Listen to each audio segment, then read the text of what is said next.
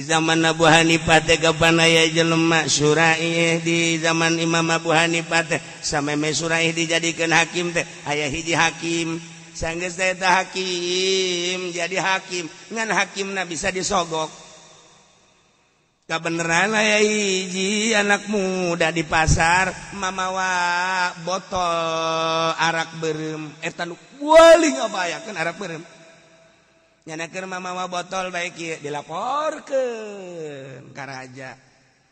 Begitu dilaporkeun ka raja, ya kumaha putusan hakim? Silakan panggil ku hakim. Sidang. Begitu disidang, cek hakim, hasil daripada persidangan Anda harus diputus. Memutuskan, menimbangkan dan memutuskan bahwa Anda harus dihad. Sebab dengan dalil membawa botol arak merah. Ceriknya nak. Sebab itu botol teh sebenarnya menang meuli. Yang kebutuhan kecap di imah. Wari benang dilaporkan sebagian masyarakat sidang. Akhirnya kudu dihad. Nah, nyana minta tulung ka saha? Ya siga doa ka Gusti Allah, ya Allah ya Rabb.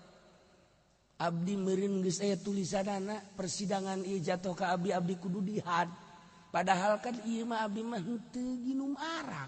Sakadar meuli botol gehjang keperligan di imah sapira botol. Tapi keputusanana seperti ieu nyanggakeun sadaya-daya Gusti. Begitu nyana ngadoa aya nu laporan masyarakat ka Imam Abu Hanifah. Assalamualaikum. Waalaikumsalam. Masyarakat aya nu diputus kudu dihad. Putusan daripada hakim coba tulungan. Kunaon masalahanna cek Imam Abu Hanifah. Cek nu laporan nyana lantaran mamawa botol. Nginum arak tante. Henteu gan sakadar mamawa botol doang. Masya Allah cek Imam Abu Hanifah. Ngadoa ka di Imam Abu Hanifah. Ya Allah ya Rabb. Ieu kan salah hukuman. Aya ge nu nginum arak kudu dihad. Aya mamawa botol doang mah teu kanyahoan nginumna masa kudu dihad. Sarita keneh Allah mere rahmat. Kajero qalbu Imam Abu Hanifah. Datangan, bela. Eta rahmat eta kos gitu. Langsung latang Imam Abu Hanifah kadinya ke tempat sidang.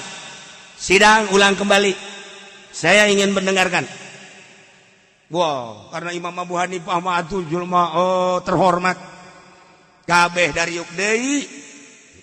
Permasalahannya buka kembali. Dibuka seperti tadi. Kami mendapat laporan dari masyarakat bahwa orang tersebut membawa botol arak merah dan arak inilah yang paling dahsyat di dunia, sehingga putusan kami setelah mempertimbangkan dan memutuskan harus dihad dengan dalil ini orang membawa botol arak. Ngacung Imam Abu Hanifah, jangan sekedar dihad, ranjam, bunuh dia. Hakim kaget. Ngahulang, pan lebih dasar tamat. Bunuh, ranjam. Sebab dia sudah punya istri. Ranjam. Nu ngomong kabeh. Pan ranjam.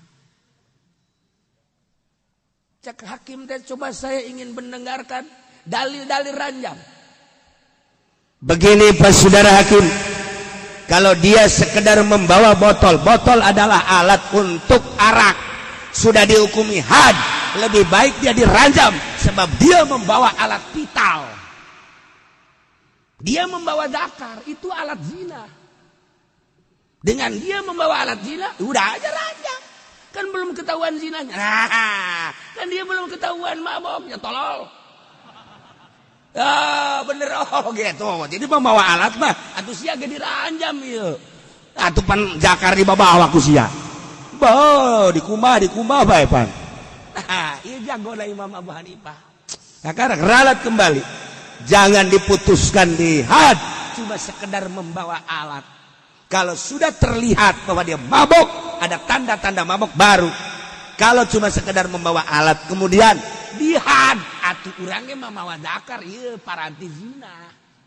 Atuh diranjam kabeh beak jelema.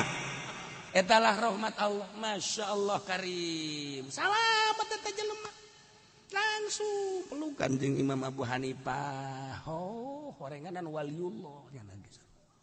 Etalah rahmat Allah.